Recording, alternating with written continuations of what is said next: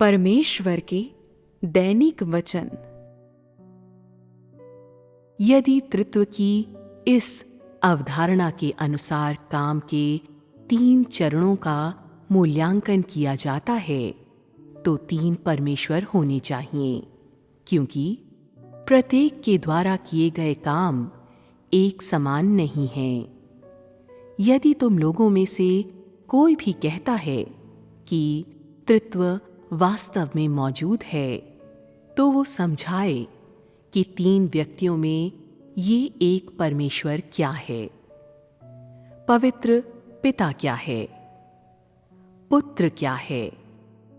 पवित्र आत्मा क्या है? क्या यहोवा पवित्र पिता है? क्या यीशु पुत्र है? फिर पवित्र आत्मा का क्या? क्या पिता एक आत्मा नहीं है? पुत्र का सार भी क्या एक आत्मा नहीं है? क्या यीशु का काम पवित्र आत्मा का काम नहीं था? एक समय आत्मा द्वारा किया गया यहोवा का काम यीशु के काम के ही समान नहीं था?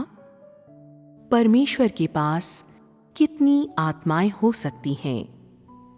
तुम्हारे स्पष्टीकरण के अनुसार पिता, पुत्र और पवित्र आत्मा के 3 जन एक हैं। यदि ऐसा है तो 3 आत्माएं हैं, लेकिन 3 आत्माओं का अर्थ है कि 3 परमेश्वर हैं। इसका मतलब है कि कोई भी एक सच्चा परमेश्वर नहीं है। इस प्रकार के परमेश्वर के पास अभी भी परमेश्वर का निहित पदार्थ कैसे हो सकता है? यदि तुम मानते हो कि केवल एक ही परमेश्वर है, तो उसका एक पुत्र कैसे हो सकता है और वो पिता कैसे बन सकता है? क्या ये सब केवल तुम्हारी धारणाएं नहीं हैं? केवल एक परमेश्वर है। इस परमेश्वर में केवल एक ही व्यक्ति है और परमेश्वर का केवल एक आत्मा है। वैसा ही जैसा कि बाइबल में लिखा गया है कि केवल एक पवित्र आत्मा और केवल एक ही परमेश्वर है। चाहे जिस पिता और पुत्र के बारे में तुम बोलते हो वे अस्तित्व में हों, फिर भी एक ही परमेश्वर है और पिता, पुत्र और पवित्र आत्मा का सार जिसे तुम मानते हो वो पवित्र आत्मा का सार है। दूसरे शब्दों में परमेश्वर एक आत्मा है, लेकिन वो देह धारण में और मनुष्यों के बीच रहने के साथ साथ सभी चीजों से ऊंचा होने में सक्षम है। उसका आत्मा समस्त समावेशी और सर्वव्यापी है। वो एक ही समय पर देह में हो सकता है और पूरे विश्व में हो सकता है। चूंकि सभी लोग कहते हैं कि परमेश्वर एकमात्र सच्चा परमेश्वर है, फिर एक ही परमेश्वर है जो किसी की इच्छा पर विभाजित नहीं होता। परमेश्वर केवल एक आत्मा है और केवल एक ही व्यक्ति, और वो परमेश्वर का आत्मा है। यदि तुम कहते हो पिता, पुत्र और पवित्र आत्मा, तो क्या वे 3 परमेश्वर नहीं हैं? पवित्र आत्मा एक तत्व है, पुत्र दूसरा है और पिता एक और है। वे विशिष्ट सार के अलग अलग व्यक्ति हैं, तो वे एक इकलौते परमेश्वर का हिस्सा कैसे हो सकते हैं? पवित्र आत्मा एक आत्मा है। ये मनुष्य के लिए समझने में आसान है। यदि ऐसा है तो पिता और भी अधिक एक आत्मा है। वो पृथ्वी पर कभी नहीं उतरा और कभी भी देह नहीं बना। वो मनुष्यों के दिल में यहोवा परमेश्वर है और वो निश्चित रूप से एक आत्मा भी है। तो उसके और पवित्र आत्मा के बीच संबंध क्या है? क्या ये पिता और पुत्र के बीच संबंध है, या ये पवित्र आत्मा और पिता के आत्मा के बीच का रिश्ता है? क्या प्रत्येक आत्मा का सार एक समान है, या पवित्र आत्मा पिता का एक साधन है? इसे कैसे समझाया जा सकता है? और फिर पुत्र और पवित्र आत्मा के बीच क्या संबंध है? क्या ये दो आत्माओं का संबंध है, या एक मनुष्य और आत्मा के बीच का संबंध है? ये सभी ऐसे मामले हैं जिनका कोई स्पष्टीकरण नहीं हो सकता है। यदि वे सभी एक आत्मा हैं, तो तीन व्यक्तियों की कोई बात नहीं हो सकती, क्योंकि वे एक आत्मा के हैं। यदि वे अलग अलग व्यक्ति होते, तो उनकी आत्मा शक्ति में भिन्न होती, और बस वे एक ही आत्मा नहीं हो सकते थे। पिता, पुत्र और पवित्र आत्मा की ये अवधारणा सबसे बेतुकी है। ये परमेश्वर को खंडित करता है और उसे तीन व्यक्तियों में विभाजित करता है। प्रत्येक एक ओहदे और आत्मा के साथ है।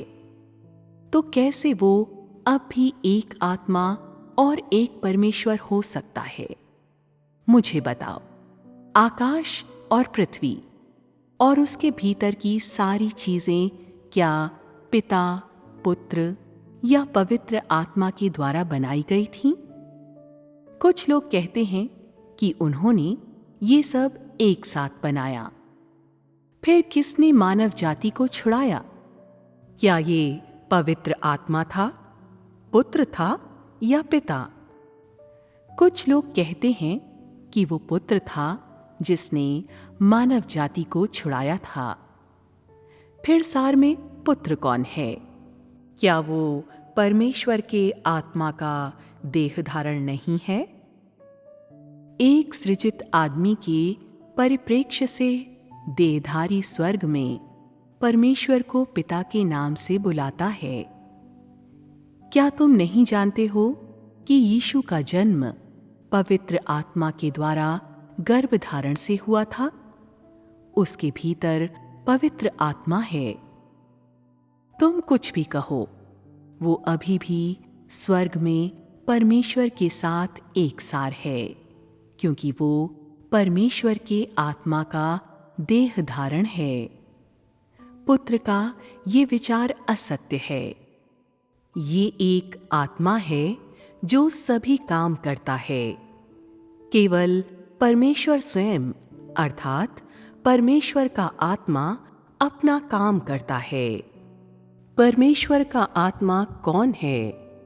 क्या ये पवित्र आत्मा नहीं है? क्या ये पवित्र आत्मा नहीं है जो यीशु में काम करता है? यदि काम पवित्र आत्मा अर्थात परमेश्वर का आत्मा द्वारा नहीं किया गया था, तो क्या उसका काम स्वयं परमेश्वर का प्रतिनिधित्व कर सकता था? जब प्रार्थना करते हुए यीशु ने स्वर्ग में परमेश्वर को पिता के नाम से बुलाया, तो ये केवल एक सृजित मनुष्य के परिप्रेक्ष्य से किया गया था, केवल इसलिए कि परमेश्वर के आत्मा ने एक सामान्य और साधारण व्यक्ति का चोला पहना था और उसके पास एक सृजित प्राणी का बाह्य आवरण था। यद्यपि उसके भीतर परमेश्वर का आत्मा था, उसका बाहरी स्वरूप अभी भी एक साधारण व्यक्ति का था।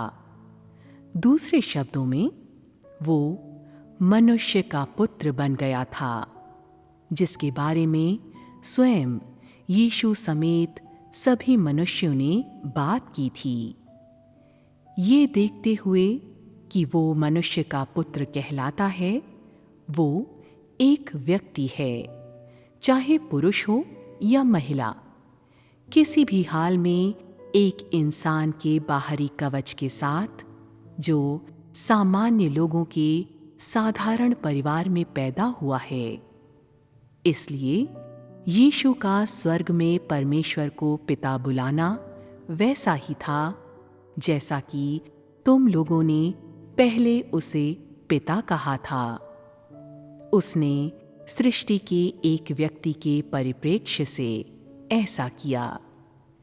क्या तुम लोगों को अभी भी प्रभु की प्रार्थना याद है, जो यीशु ने तुम्हें याद करने के लिए सिखाई थी? हे पिता हमारे जो स्वर्ग में है। उसने सभी मनुष्यों से स्वर्ग में परमेश्वर को पिता के नाम से बुलाने को कहा, और तब से उसने भी उसे पिता कहा। उसने ऐसा उस व्यक्ति के परिप्रेक्ष्य से किया था जो तुम सभी के साथ समान स्तर पर खड़ा था, चूंकि तुमने पिता के नाम से स्वर्ग में परमेश्वर को बुलाया था।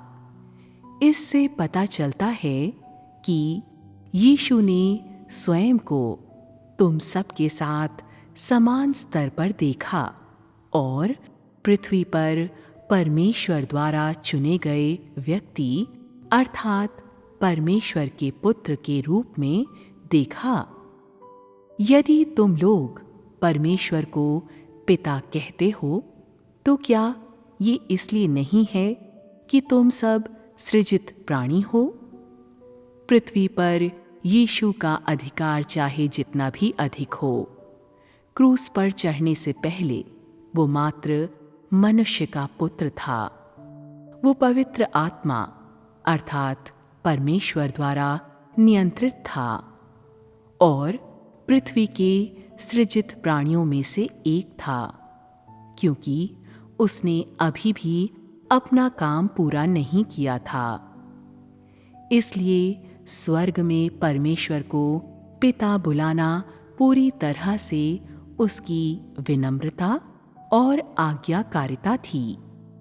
परमेश्वर अर्थात स्वर्ग में आत्मा को उसका इस प्रकार संबोधन करना हालांकि ये साबित नहीं करता कि वो स्वर्ग में परमेश्वर के आत्मा का पुत्र है, बल्कि ये केवल यही है कि उसका दृष्टिकोण अलग है, न कि वो एक अलग व्यक्ति है। अलग व्यक्तियों का अस्तित्व एक मिथ्या है। क्रूस पर चढ़ने से पहले यीशु मनुष्य का पुत्र था, जो शरीर की सीमाओं से बंधा था और उसके पास पूरी तरह से आत्मा का अधिकार नहीं था। यही कारण है कि वो केवल एक सृजित प्राणी के परिप्रेक्ष्य से परमेश्वर की इच्छा तलाश सकता था। ये वैसा ही है जैसा गेतसमनी में उसने 3 बार प्रार्थना की थी, जैसा मैं चाहता हूं वैसा नहीं, बल्कि जैसा कि तू चाहता है। क्रूस पर रखे जाने से पहले वो बस यहूदियों का राजा था। वो मसीह मनुष्य का पुत्र था और महिमा का शरीर नहीं था। यही कारण है कि एक सृजित प्राणी के दृष्टिकोण से उसने परमेश्वर को पिता बुलाया। अब तुम ये नहीं कह सकते कि जो लोग परमेश्वर को पिता बुलाते हैं वे पुत्र हैं। यदि ऐसा होता तो क्या यीशु द्वारा प्रभु की प्रार्थना सिखाए जाने के बाद क्या तुम सभी पुत्र नहीं बन गए होते? यदि तुम लोग अभी भी आश्वस्त नहीं हो तो मुझे बताओ, वो कौन है जिसे तुम सब पिता कहते हो? यदि तुम लोग यीशु की बात कर रहे हो तो तुम सबके लिए यीशु का पिता कौन है? एक बार जब यीशु चला गया तो पिता और पुत्र का ये विचार अब और नहीं रहा। ये विचार केवल उन वर्षों के लिए उपयुक्त था जब यीशु देह बना था। अन्य सभी परिस्थितियों में जब तुम परमेश्वर को पिता कहते हो तो ये रिश्ता वो है जो सृष्टि के परमेश्वर और सृजित प्राणी के बीच होता है। ऐसा कोई समय नहीं है जिस पर पिता, पुत्र और पवित्र आत्मा का तृत्व खड़ा रह सकता है। ये एक मिथ्या है जो युगों तक शायद ही कभी देखा गया है और अस्तित्व में नहीं है।